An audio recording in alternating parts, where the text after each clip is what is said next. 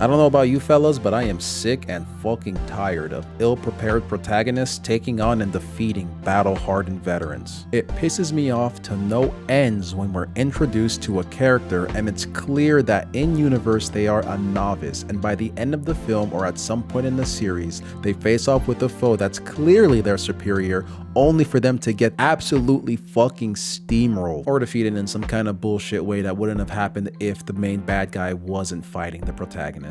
Imagine you're a big bad evil guy, right? You spent all your time being big and bad and evil, and some fucking twink just walks up and one-shots you? What? That's the entire plot. Subscribe or die. Now let me add some context. The idea for this one came to me after watching Black Panther recently, and holy shit, that movie had a fucking chokehold on the black community when it came out. When in all reality, it was a mid-tier movie and in no way was a sequel or respective send-off to the late Chadwick Boseman. But that's a whole separate thing that I'm gonna make later. Check that out when it drops though. Seeing Black Panther made me of course gravitate to Black Panther 2, and I'm watching the final fight between Shuri and Namor, and it's some of the most cringe-inducing horse shit that I've seen since they tried to make us believe that this twink would make a good successor. Shuri was the brain. Her combat experience is extremely limited to using her pulse cannons. She can have the super strength, the agility, the heightened senses, sure, but you can't expect me to believe that she'd be any kind of battle ready on the terms needed to put up any kind of substantial fight against even a weakened Namor. This 1v1 should not have happened. They should have jumped his ass. What happened to giving characters training arcs before they face off with the main bad guy? See, right there. She's dead right there. In this shot, you can clearly see it went through her spine. If she's not dead, she's completely paralyzed. And before you point out, clearly it's the suit that's hyper healing her, because of course it is. It's Wakandan technology. Why is she still showing that she's visibly hurt after dragging herself off the stick? You'd think tech capable of staving off complete paralysis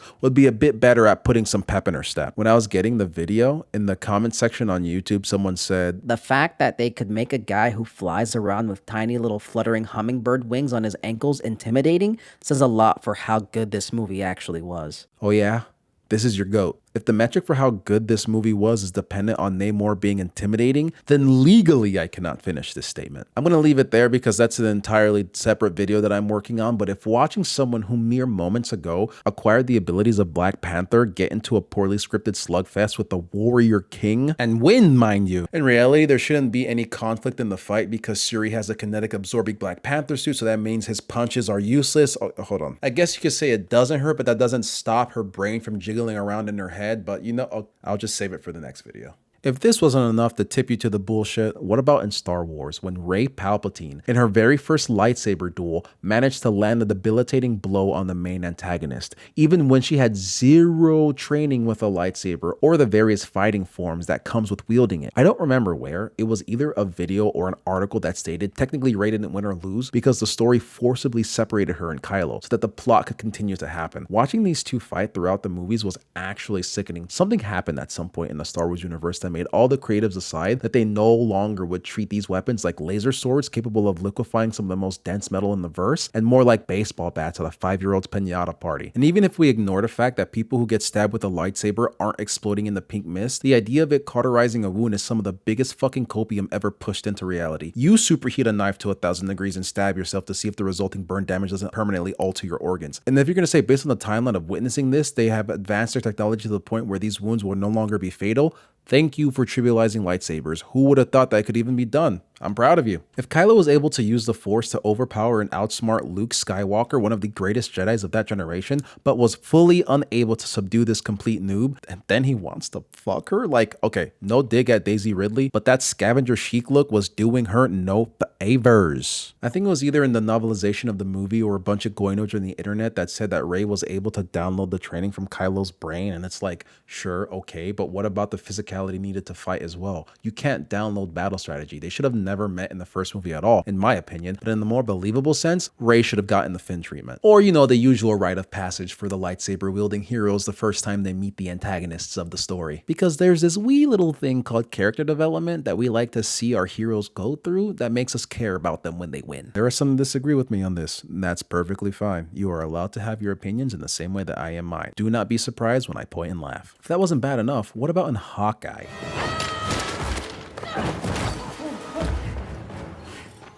There's no fucking way.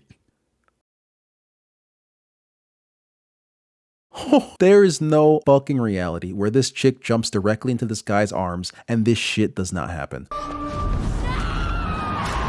Even when Black Widow was doing this shit, they had the decency to add more flourish and even have her go for weak points and disorienting her foes before going at them. We all watched a 5'3", 140-pound woman take on 6 to 7 dudes without having to take her clothes off. Marvel just don't make them like they used to. Kate's up 5'8".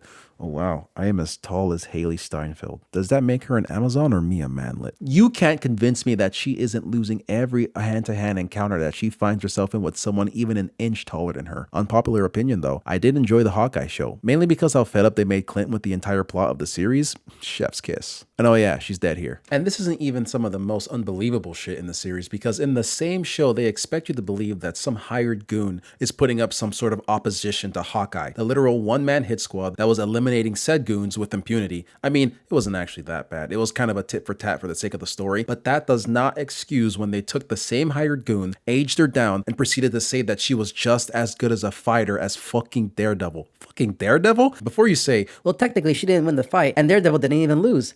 bitch, they had him run away. Like, since when? They've taken all the bite out of Netflix's Daredevil. There's no way you can convince me that these are the same people. Also, the fight scene at the roller rink, the only reason she's not dead here is because the people with guns decided they fist fight instead. If that wasn't enough, what about Thor Love and Thunder? Hands down the worst Thor film, which is insane because the Dark World exists in our timeline, and one of the greatest wastes of Christian Bale I have ever paid money to witness. What did Jane have over Thor that would logically give her the upper hand over Gore the God Butcher? Isn't Thor like 1500 years old? You'd think he'd have a bit more battle strategy. How does a complete novice to the might of Thor get the upper hand on a being known for killing gods? Why does a god-killing sword even exist? Why does her hitting the sword with bits of lightning destroy it? Why is it when Gore enters the realm to eternity, Jane and Thor are taken with him? Why does Jane go to Valhalla? She didn't die in battle. She didn't even succumb to her wounds. It was the cancer that killed her. This movie broke its own rules for a shit joke that led to a shit ending. It was cute that he adopted her though, one parent. And what's insane is I would have forgiven everything that I had issues with in this movie if they had just toned down the gags. And also, fuck these goats. Gosh,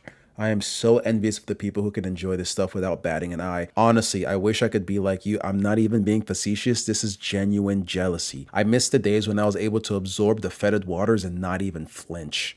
Am I done yet? A few honorable mentions would be She-Hulk fighting Professor Banner. I didn't like the fight, but the reason I characterize it this way is because mainly the Hulk is the one with the battle IQ, not Banner. They essentially turned him into a roided up soy jack, so it makes sense that this version would get beaten up by a girl. Not that I personally have an issue with She-Hulk the character, but She-Hulk the show, Secret Invasion, she literally had gotten the powers moments before. There's no reason she would know how they all work. That can be said for the villain too. How does a Super Skrull power even function? They think what they want to do and that body knows how to respond. There's no reason to believe that the abilities like Captain Marvel or Ebony Maw's would be tied to their DNA, much less a full-on instruction manual on how their abilities work. Not to mention that they even further broke the power scaling for the universe and will have to come up with some convoluted reason as to why the Super Skrull isn't showing up and steamrolling whatever the plot has to throw at her and eliminate all tension in the story. The literal goats of animation, the team behind the Justice League and the Justice League Unlimited, had issues giving Superman shit to do. What makes you think the hacks behind this dribble could do any better? If you take a character and you give him insane power-ups, the universe needs to scale around that. I guess you can have her fuck off into space to have her find a new home for her people, but I doubt they're gonna take that route.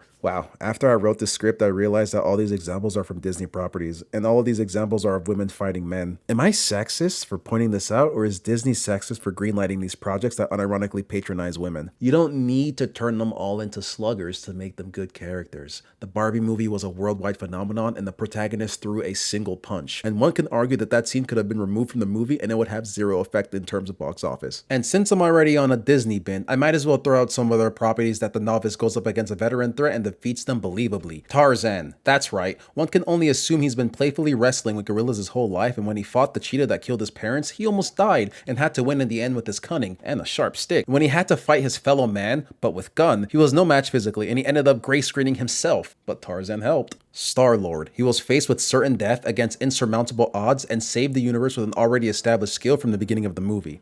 Sweet fucking dance moves. He was also lucky that his dad was a Celestial, but rule of cool, baby. Hercules, yes, he was depowered, and with the use of grit and cunning, he managed to fell a great foe and get the girl. He also turned down godhood for said girl. Attaboy. And this one is gonna upset a lot of people, but Frozen. She had to go on a whole quest and risk her life to save her people and her sister, and in the end defeated the villain with determination, courage, and the power of love. She even fucking died at the end. That's what I call character development. We hated you, yet we had no idea what was to come. And my final reason, and my all-time favorite fucking movie, Disney's Mulan. Not the live-action version. That's a hot steaming pile of fucking garbage. Animated version only, baby. Literally baby's first femboy twink turned tomboy GF? You didn't see her throwing straight hands with the villain. He was a fucking menace. She decided to blow him up instead. Like a true genius. The collective zeitgeist of the average consumer is beginning to wake up to the shitstorm that is modern media, and it's revealing itself day by day. A more recent example, Furiosa. People said it was a good movie, but too many have already been burnt by bad films that when they're unsure of one in theaters, they'd rather wait for it to come out on digital. Believe me, I was one of you. Now I'm become cynic. And if you watch this video to the end, so are you.